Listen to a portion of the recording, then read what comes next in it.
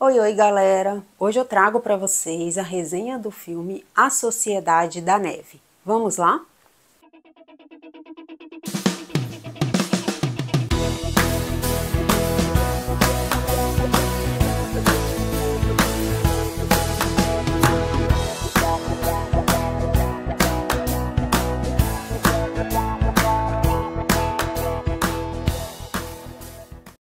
O filme conta a história da maior tragédia que aconteceu em outubro de 1972, com a queda do avião 571.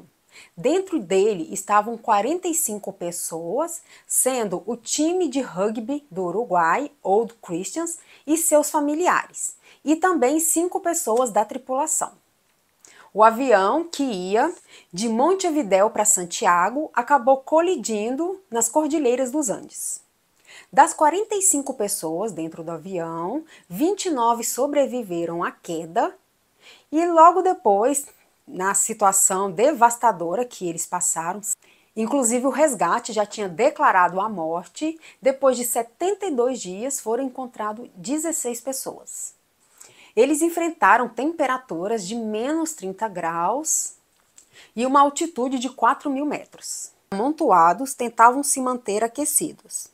Nos primeiros dias, eles chegaram a ouvir ruídos de motores que buscavam pela aeronave, mas ninguém chegou até o local da queda. Logo nos primeiros dias, foram registradas as primeiras mortes entre os que haviam resistido ao impacto. Após 8 dias, eles acabaram o que foi a pior situação do acidente. Eles estavam passando muita fome, eles tiveram que se alimentar da carne dos passageiros que tinham falecido. Eles faziam cortes com o caco de vidro. 10 dias após, eles conseguiram ouvir pelo rádio que as buscas foram cessadas porque não encontraram ninguém. Depois de um mês da queda, eles tiveram que passar por uma situação super difícil. Eles foram soterrados e ficaram presos por 3 dias. Cavando na neve com as próprias mãos, alguns chegaram até a urinar em si mesmo para poder se aquecer e evitar a paralisia dos membros. Aí com isso, mais 8 pessoas morreram. Então no total ficaram 16 sobreviventes. Então Roberto Canessa e Fernando Parrado andaram cerca de 60 quilômetros até encontrarem uma pessoa e pediram ajuda.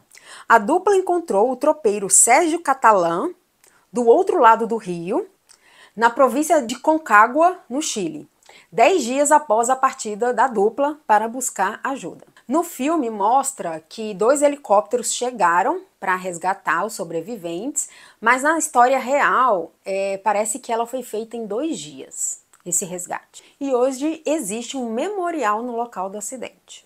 Esse filme, que tem mais de 2 horas de duração, ele traz uma situação muito envolvente, impactante, emocionante. Eu tenho certeza que qualquer um que assistir vai se emocionar muito. Eu chorei bastante por a gente imaginar realmente que é uma história verídica, e o diretor trouxe aqui uma história totalmente imersiva, então é como se a gente estivesse dentro e passando pelo mesmo sofrimento que os sobreviventes. Esse é o 3º filme inspirado no acidente, e o diretor resolveu colocar o Numa Turcade, que foi um dos passageiros, como o narrador do filme. Ele era um jovem profundamente católico e foi o último a recorrer ao canibalismo. Então ele quis trazer uma versão diferente, uma nova visão para a história, diferente dos outros filmes. Essa mudança no ponto de vista torna a história muito mais claustrofóbica, existencial e impactante na visão dos sobreviventes, porque ele era uma pessoa que, além de, pelo que a gente entendeu, ele não queria ir, ele acabou indo porque o seu amigo convenceu a estar dentro do avião, e ele, por essa questão de ser muito católico, ele não aceitar essa questão do canibalismo, achar que poderia ser pecado, e ele acabou falecendo. E aí acham um bilhete no casaco dele, escrito que não existe amor maior do que dar a vida pelos amigos, no sentido que ele acabou morrendo e que os amigos poderiam usar o seu corpo para poder sobreviver. E essa é uma das cenas mais tristes do filme, o momento que o Numa morre. Então, eu particularmente chorei pra caramba nessa situação até o final. Então, é um dos momentos mais intensos por ele ser o narrador. Então, a gente pensa que ele vai sobreviver. E ele traz toda essa angústia, essa claustrofobia, esse medo, esse desespero, a falta de esperança. Mas, ao mesmo tempo, todos eles aí buscando muita fé, tentando ter força e resiliência para buscar ajuda, para tentar sobreviver. Porque não é fácil, né, pensar que eles passaram frio de menos 30 graus, passaram fome. E o filme traz muito isso pra gente, toda essa sensibilidade. E o filme traz muito essa mensagem da amizade, da fé, do sacrifício, da resiliência. E que mostrando também que um grupo é mais forte que uma pessoa sozinha. Porque se a gente pensar em questão de homem versus natureza, provavelmente o homem não é tão forte quanto a natureza. Mas quando se está em conjunto, se está em grupo, as pessoas se tornam mais fortes. E o diretor não fez sensacionalismo com a questão do canibalismo, pelo contrário, ele trouxe aqui pra gente de uma forma muito leve, e essa não é a ideia do filme. A ideia do filme é mostrar como eles sobreviveram, o que eles fizeram para tentar sobreviver, e isso foi uma coisa muito à parte, só para mostrar o que realmente aconteceu. E muito interessante porque mostra que um dos sobreviventes, ele cortava a carne bem distante de todo mundo, escondido, para tirar deles essa sensação de culpa, de medo, de poder estar fazendo isso. E outra coisa super interessante também, que apesar de tudo isso, todo esse sofrimento, mostrando que eles tinham essa esperança de sobreviver. São duas cenas que chamam muita atenção. A primeira é quando eles estão sentados, brincando de fazer rima com a situação que eles estão passando. E é uma cena que todos eles estão rindo, se divertindo apesar de tudo. E isso foi antes da avalanche. Então é uma cena que chama atenção por isso. Por eles tentarem ali relaxar um pouco, tentarem buscar a alegria que está ali no fundinho de tanta agonia, de tanto desespero, para tentar sobreviver a tudo isso. E outra também que chama muita atenção é quando eles vão ser resgatados.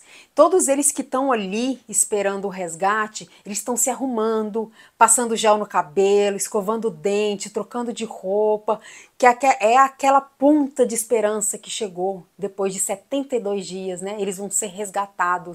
E eles ouviram no rádio que os dois que saíram em busca de resgate conseguiram encontrar alguém e que o helicóptero estava indo buscá-los. Então aquela ponta de esperança, aquela alegria, é aquela luz no fim do túnel.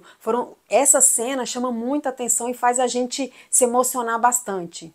O filme, tudo funciona dentro dele. Vamos começar falando do elenco. O elenco tá maravilhoso, tá incrível, tá único, visceral. Eles trouxeram toda a atuação maravilhosa possível aqui para dentro do filme. E a gente consegue sentir o desespero, a agonia, o medo, a esperança, a resiliência dentro de cada personagem, sem exceção. A fotografia também que tá belíssima.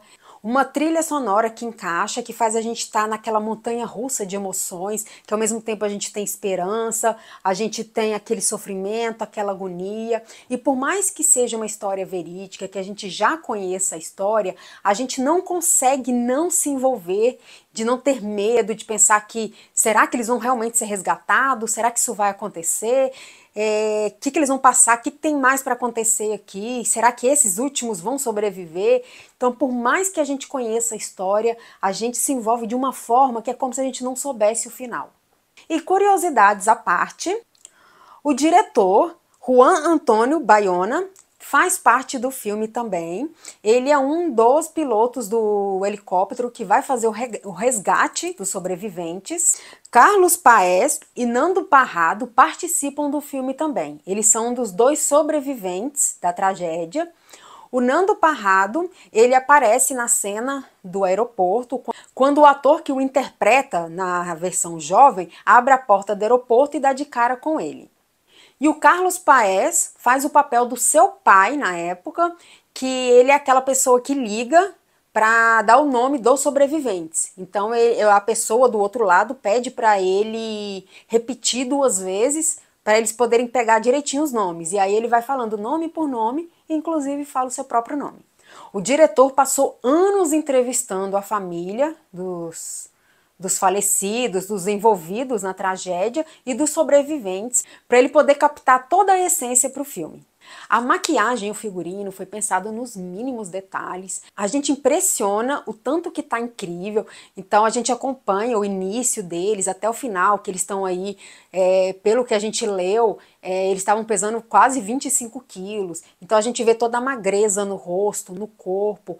E foi feito de uma forma muito incrível, única, que assim, parece realmente ser verdade. E os personagens ficaram imersos realmente na neve para eles poderem captar essa essência, para eles poderem trazer essa verdade para o filme, de mostrar, né, a situação, o sentimento dos sobreviventes embaixo da neve. O filme foi indicado no Globo de Ouro como melhor filme internacional e ele tem fortes chances de entrar para o Oscar também, o que eu acho que é super válido, porque o filme aqui funciona em todos os aspectos e aqui prova isso. Então, esse diretor conseguiu trazer tudo que precisava para dentro do filme. Tá simplesmente incrível, emocionante, único. É o primeiro grande filme do ano e, de acordo com o Termômetro Nerd, a minha nota é 10.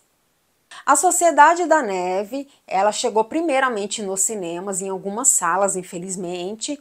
Ainda hoje você consegue ver no cinema, mas ela também já está disponível na Netflix. Então vale muito a pena conferir, quem tiver oportunidade de assistir, mas saiba que é um filme extremamente emocionante, é um filme que vai te trazer alguma sensação de desconforto, de agonia, claustrofobia, mas essa realmente é as sensações que o diretor quer trazer pra gente, para mostrar o quanto foi sofrido, e mesmo a gente vendo isso no filme, tendo essas sensações, a gente tem certeza que a gente não tem um mínimo de noção do que eles passaram ali dentro, que eu acho que foi 1000 vezes pior do que é mostrado pra gente, e que vale muito essa questão, né, de pensar se realmente foi uma tragédia, se foi um milagre, e que eles são grandes heróis em conseguirem sobreviver 72 dias após o acidente. E se você gostou desse vídeo, não esqueça de seguir o nosso canal, curtir, comentar, compartilhar. Se você já assistiu o filme ou vai assistir, comentem aqui embaixo. E até a próxima!